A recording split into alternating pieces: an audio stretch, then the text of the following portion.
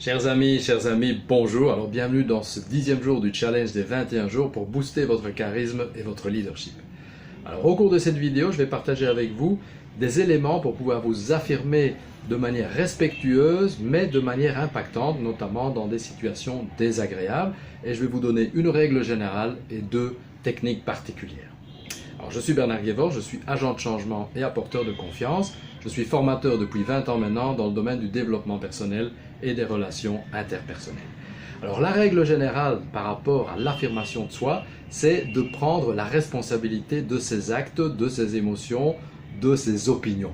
Donc on va toujours se positionner à partir du je et on ne va pas se positionner en victime en accusant l'autre, en utilisant le tu. Donc ça c'est une règle générale très importante et en utilisant le je, vous allez pouvoir ainsi vous exprimer, donc exprimer votre désaccord, exprimer votre ressenti. Par exemple, je ne vois pas les choses de cette manière-là, plutôt que de dire tu as faute, tu as tort. Donc on va effectivement se positionner par rapport à soi. L'avantage c'est qu'on ne va pas activer chez l'autre un mécanisme de défense.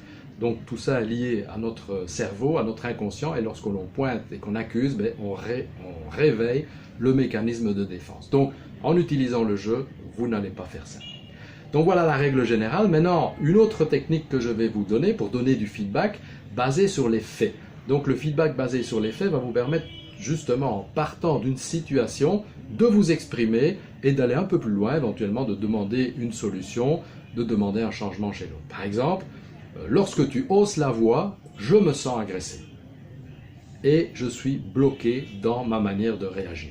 Donc voilà une façon de vous exprimer. Vous pouvez aller plus loin en disant je ressens ça comme un manque de respect vis-à-vis de ma personne et je te demande s'il te plaît de parler un peu moins fort.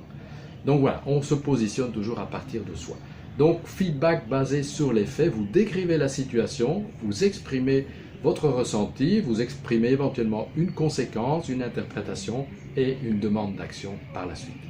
Premier élément.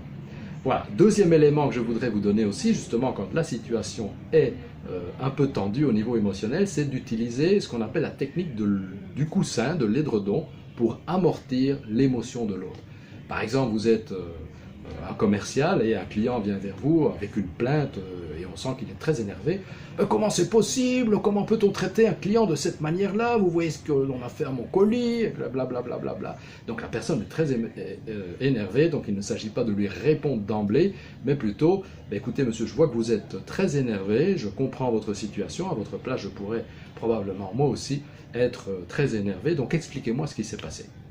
Donc voilà, technique du coussin, empathie, on s'exprime, on donne éventuellement quelques éléments supplémentaires et surtout on pose des questions pour récolter de l'information.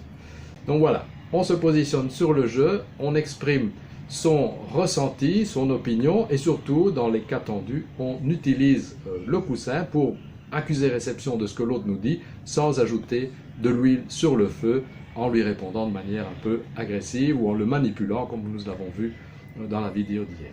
Voilà, donc je vous invite à tester alors cette technique. Donc pour vous aider, il y a des articles complémentaires sur mon site internet, sur le blog. Et surtout, n'oubliez pas de vous abonner à la chaîne YouTube pour vous permettre justement de recevoir les notifications pour chaque nouvelle vidéo publiée. Voilà, à demain.